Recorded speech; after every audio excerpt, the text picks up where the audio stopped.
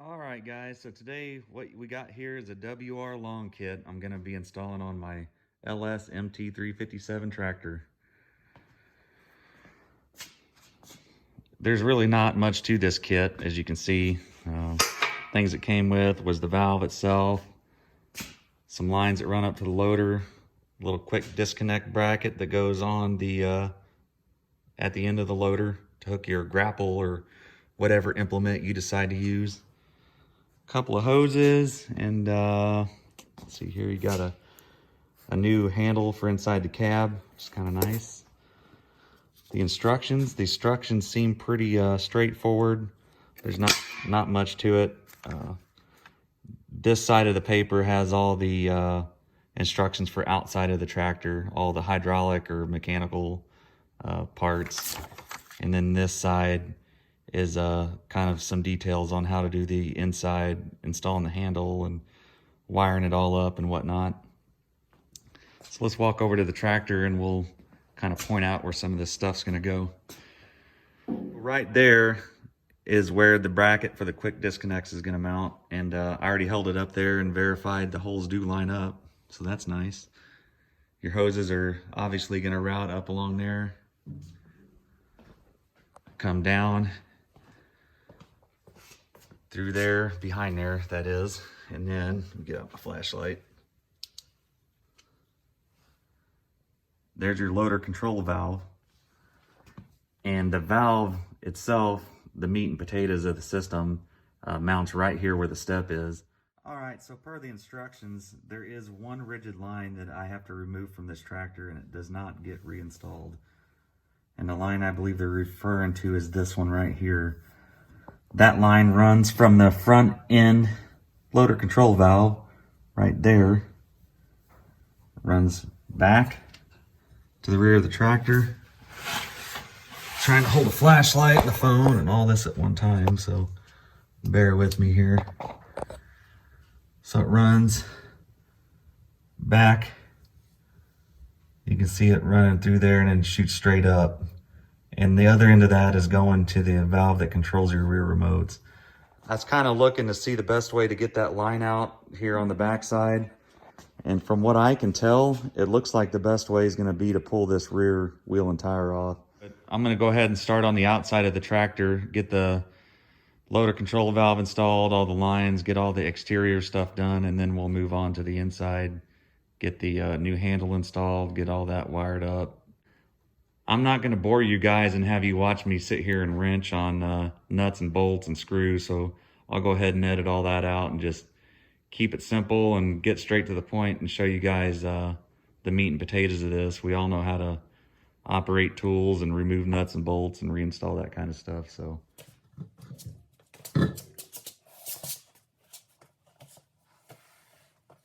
okay, so just like I thought, taking that wheel and tire off was a good idea.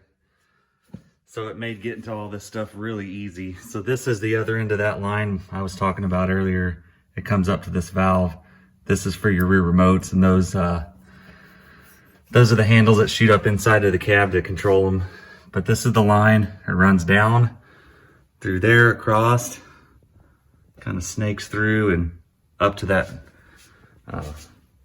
loader control valve.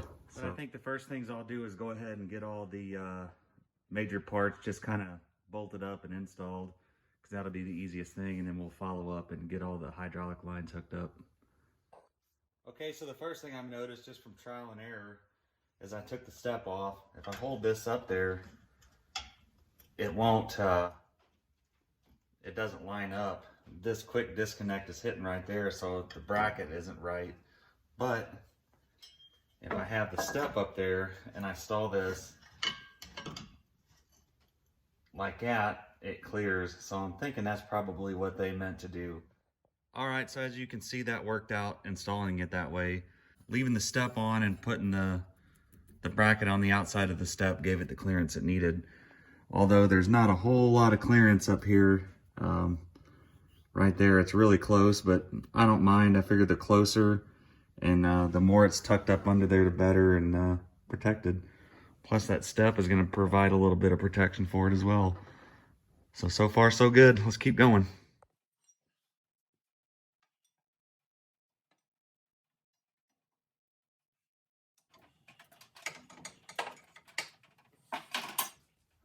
right, so here's that hydraulic line removed from the tractor. We won't be putting this back on.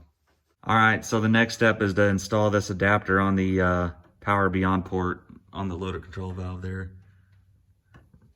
Right there, where the old line was. So I'm gonna go ahead and get that put on.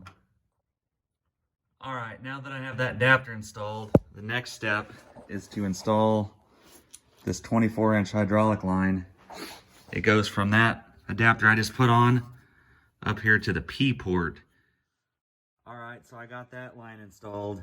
So it ran from the T port, as we said, over to power beyond. I tried to route it in a way to where it was tucked up as tight to the body as possible, but the problem I was running into was all these linkages move, so I couldn't route up through them or near them because I would bound up my hydrostat pedals. Everything's loose at this point. I'm gonna go ahead and route the next hydraulic line and just kind of see how it all comes together. But in the end, things may change, but I'm gonna stick with this for now.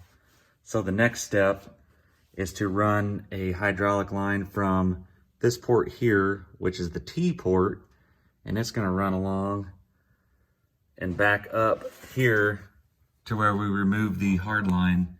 And I gotta put an adapter on that as well to make the hydraulic line fit, but it goes right up in here. Okay, I got that second hydraulic line installed. Running down through here, just zip tied it up real nice, keep it up and out of the way. I did have to reroute that first line going up to the power beyond port. The issue I ran into was this tractor's a hydrostat model. So up in here, all of these linkages move up and down, and I had to make sure I was clear of everything. So this is the best I could come up with. So now I believe what we're gonna work on is moving forward, getting these lines installed along the loader and getting that bracket installed. All right, so that's installed. One thing to note is the kit did come with 2 new bolts. The ones that were in the tractor were not long enough. So the next step will be to run the lines from there, up the loader, down, and then down to the third function control valve. There's a quick disconnects there. Here's the final product of those lines installed. All I did was zip tie them up to the rigid lines on the tractor. I think that'll be fine. I did snake them through that sheath there to give it a clean install. These lines were about the right length actually, which is kind of nice.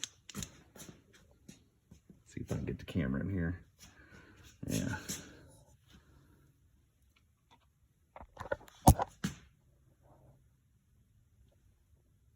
It's kind of hard to see with the camera, but anyway, they come out of the sheath and route down through here. I just kind of zip tied it up the best that I could. Tried to route it to where everything was out of the way of any moving parts and whatnot. But pretty happy with it. I think that'll be just fine. So to finish up the exterior of the tractor, the only thing I have left to do is to route these 2 wires into the cab. And I was already kind of looking at how I was going to do that. What I noticed was, grab my flashlight. Right in here,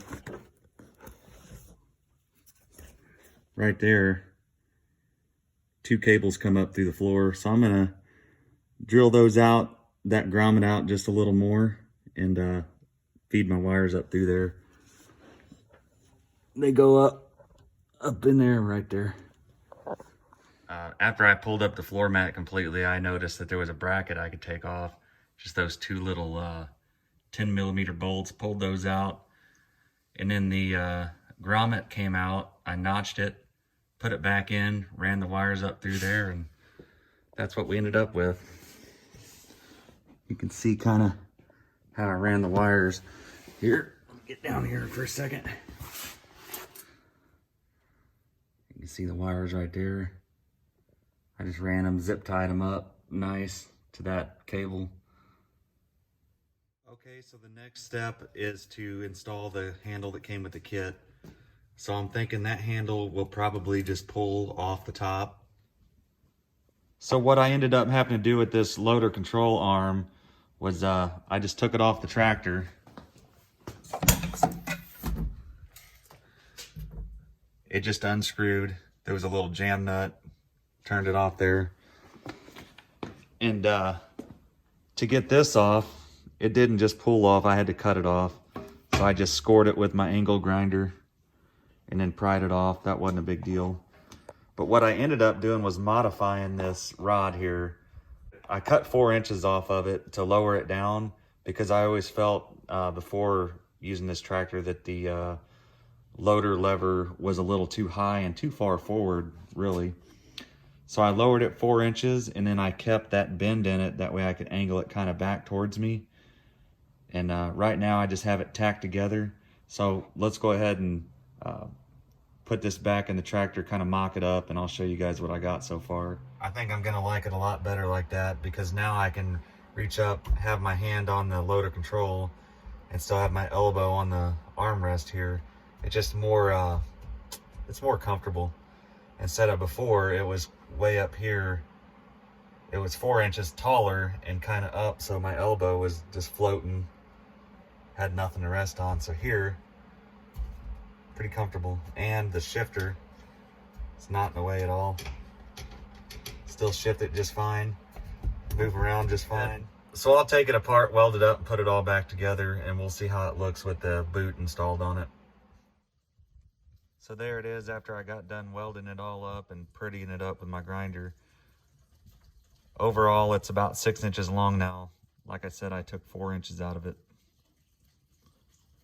So now I'm gonna go ahead and put it back together for the final time and run the wires and see how she turns out. So here's what it ended up looking like when it was all said and done. I think the boot turned out pretty good. I didn't modify it in any way, but now that this is curved, it does show a little bit of the metal, but there's really nothing I can do about that. I can live with it. So the next step is to terminate these wires. There's only 3 wires that go to it. So put the terminals on those and then pop the switch in. And then there's a second wire that I ran up through the floor that is used to power the valve itself. I'm gonna run that along the floor under the mat, probably tape it down, run it up into the dash and find a power source to splice it into.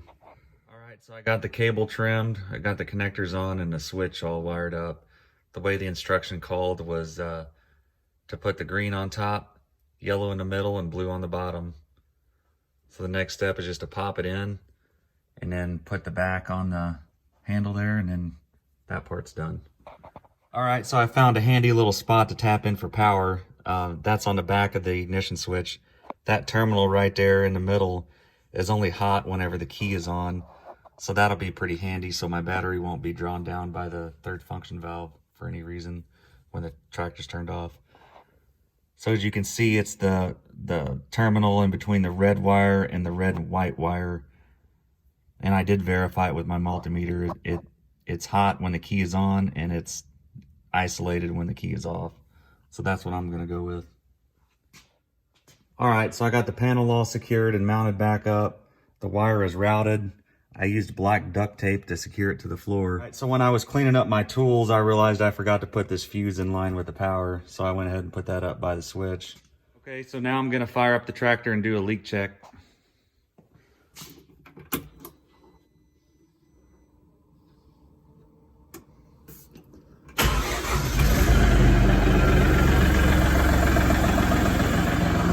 Start at the back.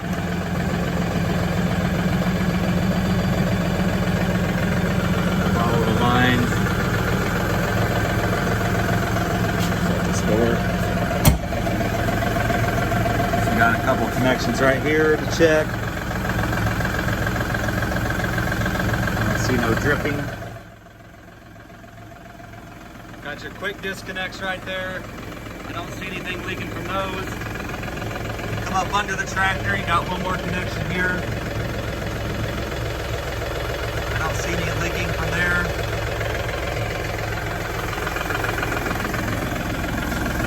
The next connections are up the front here at these quick disconnects.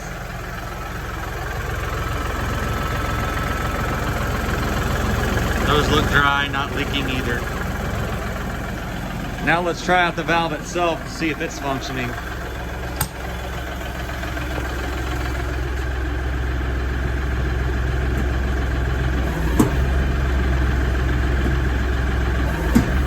Yep, it's working. Here, I'll turn the tractor off, that way you guys can hear the valve.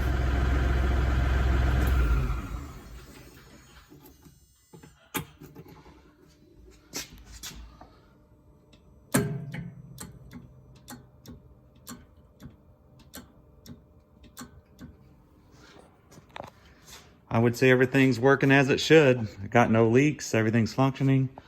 So I'm gonna throw this back wheel and tire back on and wrap it up. All right, well, the job's all done. Here's the parts I ended up with once I was all done.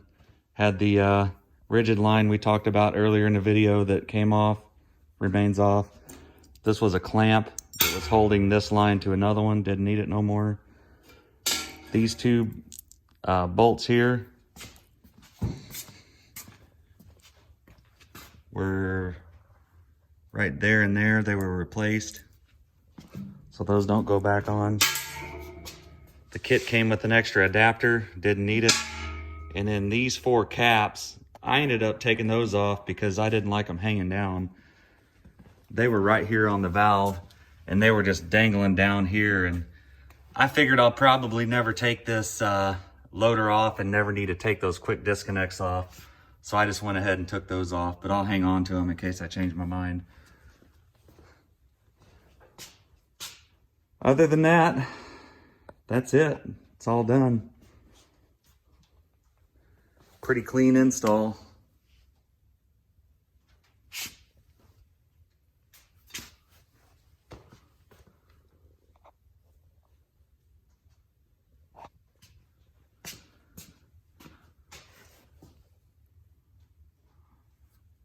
I routed the new hoses up through this sheath.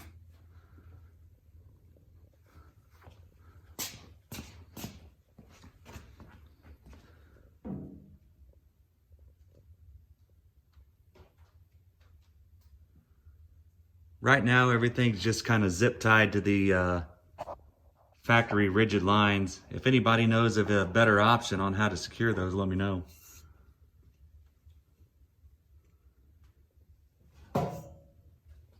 So let's jump up in the tractor and see what it looks like up in there now.